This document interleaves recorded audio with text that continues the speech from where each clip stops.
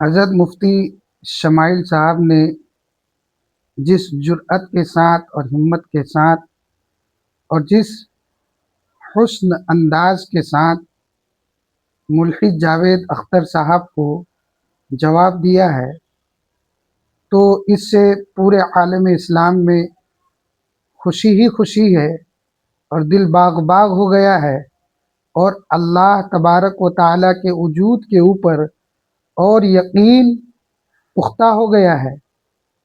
मुफ्ती साहब की हर क्लिप को सुनते हैं तो बहुत खुशी का इज़हार होता है।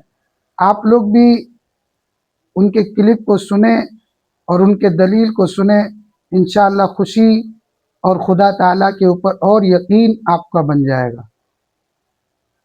साहब को कॉन्ट्राडिक्ट तो कर रहे हैं कि आपने ये कहा, लेकिन आप भी अजम्पशंस के बेसिस पे बात कर रहे हैं। आपने खुदा के होने का कौन सा प्रूफ पेश किया है खुदा की एग्जिस्टेंस का? अब इस सवाल को अलग रहने दीजिए, कौन एथीस्ट है कौन नहीं है। और दूसरी बात जो आपने एक छोटी सी कही थी कि ये फ्री विल का इस्तेमाल करता है इंसान अपनी, लेकिन इस फ्री विल का इस्तेमाल में मतलब खुदा ने ये दे दी सबको ये इजाज़त कि वो कितना घिनौनापन और कितने ज़्यादा ख़राब से ख़राब तरीके इस्तेमाल कर सकता है। जवाब सुनते जी। आप फ्री विल को मानती है ना, या अब कहती है कि फ्री विल नहीं है ना, मानती है ना? तो अब आपके पास इसका कोई एक्सप्लेनेशन नहीं है कि अगर एक इंसान उस फ्री विल का इस्तेमाल करके गलत काम कर रहा है और बच के अच्छी ज़िंदगी गुजार के निकल जा रहा है, उसका कोई रिकम्पेंस नहीं है।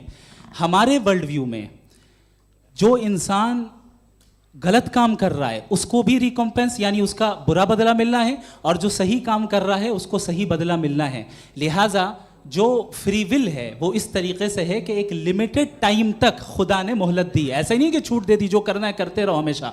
वक्त आएगा जब एग्जाम का टाइम खत्म होगा तब रिजल्ट आएगा। दौराने एग्जाम जबरदस्ती आपको नहीं बताया जाएगा। अरे भाई एक सेकंड जी, एक सवाल मुफ्ती साहब से मेरा है। मुफ्ती साहब से जी, एक सवाल। हाँ, मेरी- हाँ, हाँ, मुफ्ती हाँ, साहब, मैम, एक प्लीज, एक don't- रुक जाइए।